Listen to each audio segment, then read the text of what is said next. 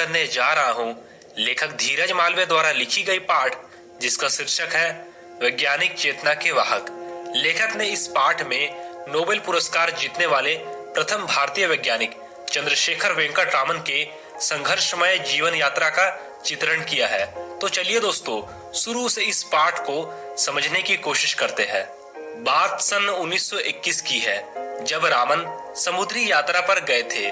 प्रकृति प्रेमी रामन को जहाज के डेक पर खड़े होकर नीले समुद्र को निहारना अच्छा लगता था। वे समुद्र की नीली आभा में घंटों तक खोए रहते थे।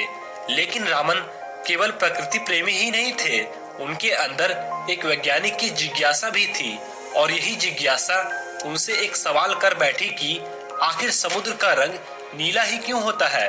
इसके बाद रामन इस सवाल का जवाब ढूंढने में लग गए, और जब उन्हें इस सवाल का जवाब मिल गया तो वे विश्वविख्यात बन गए। रामन का जन्म 7 नवंबर 1888 को तमिलनाडु के तिरुचिरापल्ली में हुआ था। उनके पिता विशाखापट्टनम में गणित और भौतिकी के शिक्षक थे।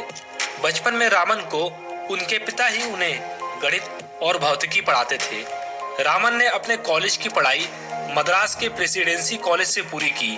बीए और एमए दोनों ही परीक्षाओं में उन्होंने काफी ऊंचे अंक हासिल किए। दरअसल रामन का मस्तिष्क विज्ञान के रहस्यों को सुलझाने के लिए बचपन से ही बेचैन रहता था।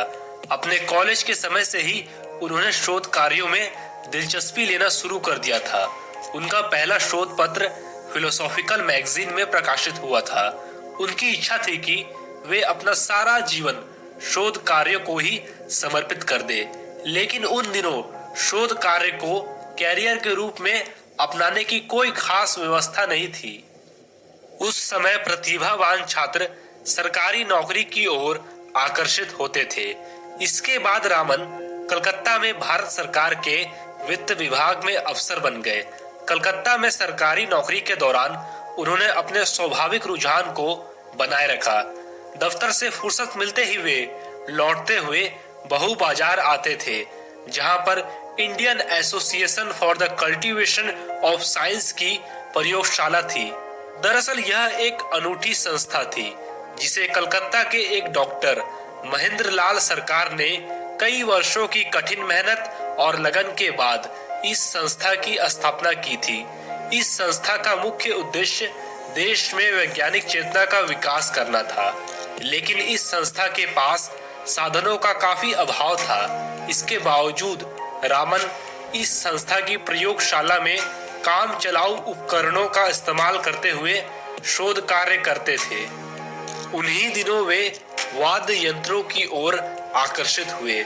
वे वाद्य यंत्रों की ध्वनियों के पीछे छिपे वैज्ञानिक रहस्यों की परतें खोलने का प्रयास कर रहे थे। इस दौरान उन्होंने अनेक वाद्य यंत्रों का अध्ययन किया, जिनमें देसी और विदेशी दोनों प्रकार के वाद्य यंत्र थे।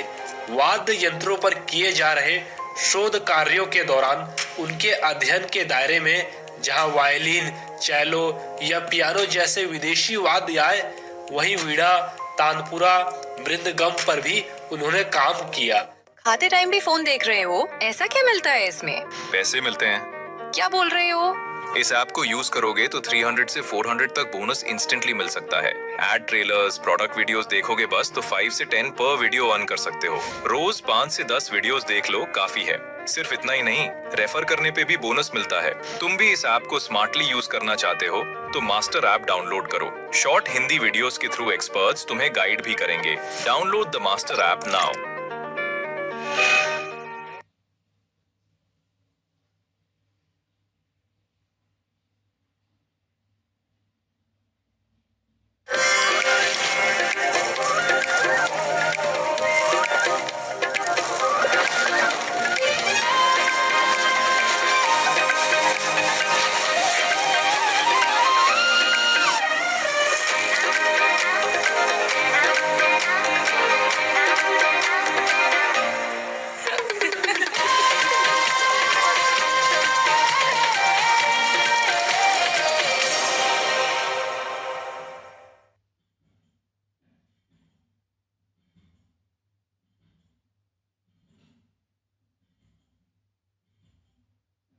यंत्रों के कंपन के पीछे छिपे गणित पर उन्होंने अच्छा खासा काम किया और अनेक शोध पत्र भी प्रकाशित किए।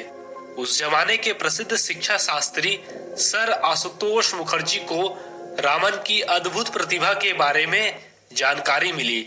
उन दिनों कलकत्ता विश्वविद्यालय में प्रोफेसर का नया पद सृजित हुआ था। तभी मुखर्जी महोदय ने रामन के सामने प्रस्ताव रखा कि वे सरकारी नौकरी छोड़कर कलकत्ता विश्वविद्यालय में प्रोफेसर का पद स्वीकार कर ले, लेकिन रामन के लिए यह एक कठिन निर्णय था। उस समय वे एक अत्यंत प्रतिष्ठित सरकारी पद पर थे और इस सरकारी पद में उनकी मोटी तनख्वाह के साथ साथ अनेक सुख सुविधाएं भी थी और उन्हें सरकारी नौकरी करते हुए 10 साल भी बीत चुके थे। ऐसे हालत में सरकारी नौकरी छोड़कर कम वेतन और कम सुख सुविधाओं वाली विश्वविद्यालय की नौकरी में आने का फैसला करना बड़ा हिम्मत का काम था। इसके बाद वे सन 1917 में सरकारी नौकरी छोड़कर कलकत्ता विश्वविद्यालय की नौकरी में आ गए।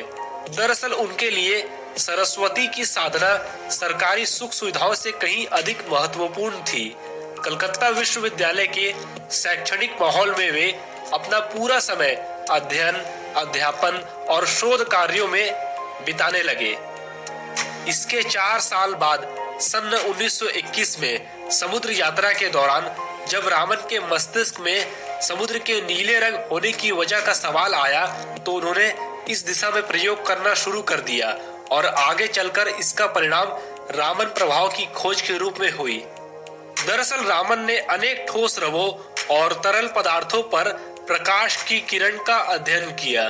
उन्होंने पाया कि जब एक वर्णीय प्रकाश की किरण किसी तरल या ठोस रवेदार पदार्थ से गुजरती है तो गुजरने के बाद उसके वर्ण में परिवर्तन आता है और इसकी वजह यह थी कि एक वर्णीय प्रकाश की किरण के फोटोन जब तरल या ठोस रवे से गुजरते हुए इनके अणुओं से टकराते हैं तो इस टकराव के कारण वे या तो ऊर्जा का कुछ अंश खो देते हैं या पा जाते हैं।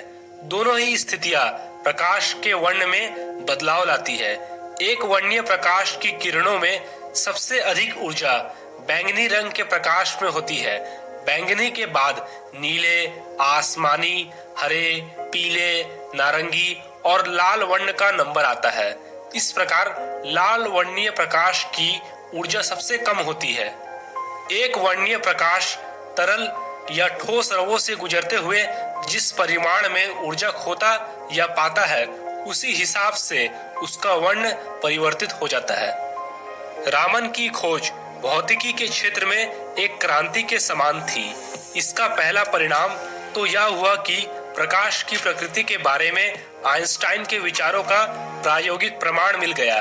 दरअसल आइंस्टाइन के पहले के समय के वैज्ञानिक प्रकाश को एक तरंग के रूप में मानते थे, लेकिन आइंस्टाइन ने बताया कि प्रकाश अति सूक्ष्म कणों की तीव्र धारा के समान है। आइंस्टाइन ने इन अति सूक्ष्म कणों की तुलना बुलेट से की और इन्हें फोटोन नाम दिया।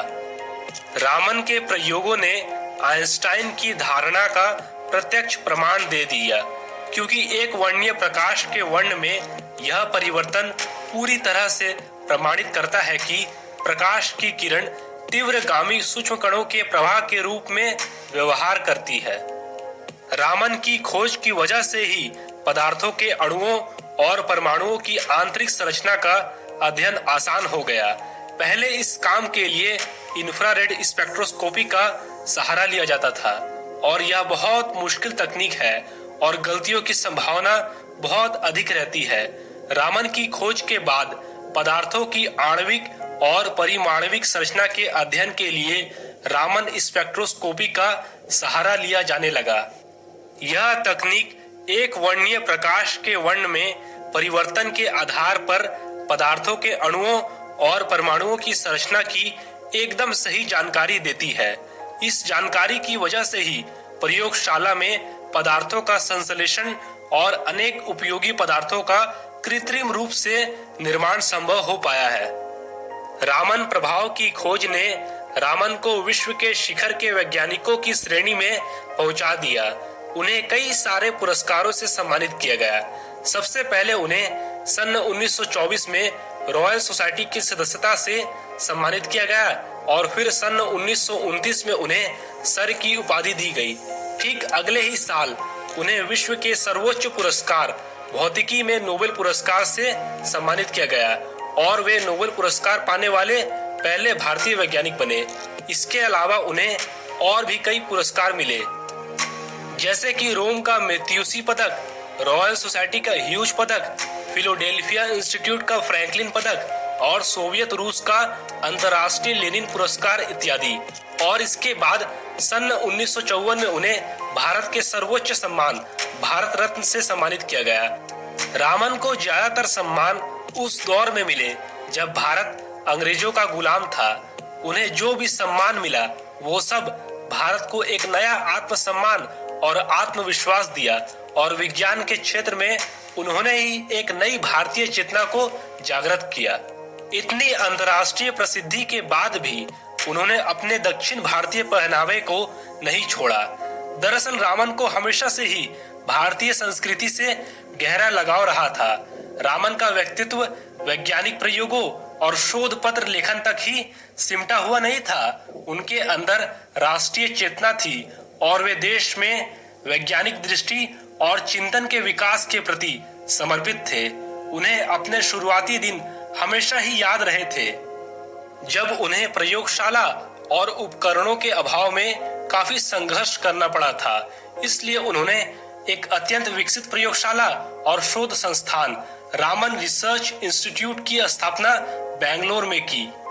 भौतिक शास्त्र में अनुसंधान को बढ़ावा देने के लिए उन्होंने इंडियन जर्नल ऑफ फिजिक्स नामक शोध पत्रिका भी प्रारंभ की और अपने जीवन काल में उन्होंने सैकड़ों शोध छात्रों का मार्गदर्शन किया। जिस प्रकार एक दीपक से कई अन्य दीपक जलते हैं, उसी प्रकार उनके शोध छात्रों ने आगे चलकर काफी अच्छा काम किया।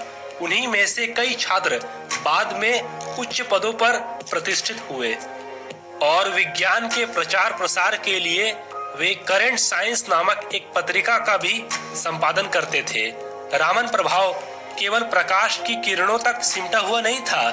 दरअसल उन्होंने अपने व्यक्तित्व के प्रकाश की किरणों से पूरे देश को आलोकित और प्रभावित किया। 21 नवंबर 1970 को 82 वर्ष की आयु में रामन का देहांत हो गया। रामन ने हमेशा से ही यह संदेश दिया कि हम अपने आसपास घट रही विभिन्न प्राकृतिक घटनाओं की छानबीन एक वैज्ञानिक दृष्टि से करें।